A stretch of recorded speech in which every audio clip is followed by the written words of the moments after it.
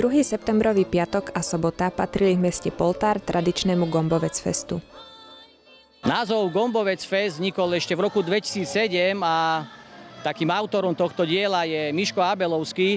Potom sa to posledné 4 roky zmenilo na Dni mesta, ale keďže, ako som spomínal aj v príhovore, ja som za tie tradície. A Gombovec Fest je aj preto, pretože Poltári je takou tradíciou, že sa robia tie gombovce.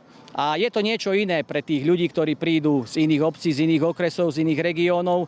Podujatie začalo slávnostným udeľovaním najvyšších samosprávnych ocenení.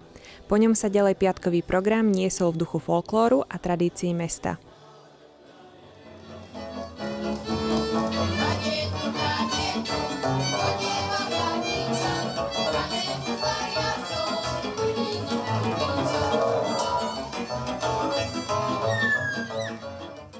Pokračujeme, ako máte možnosť vidieť, našim folklórnym súborom Kukučky, ktorí práve tento rok oslavujú 10. výročie.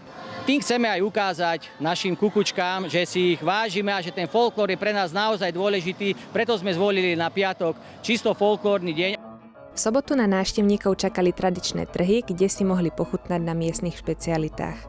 Nezabudlo sa ani na tých najmenších, pre ktorých boli pripravené skákacie hrady a ďalšie atrakcie. Poltárčania majú za sebou dvojdňový festival, počas ktorého si užili folklórnu atmosféru a chuť tradičných gombovcov. Pre televíziu Florena, Lenka Pievarová.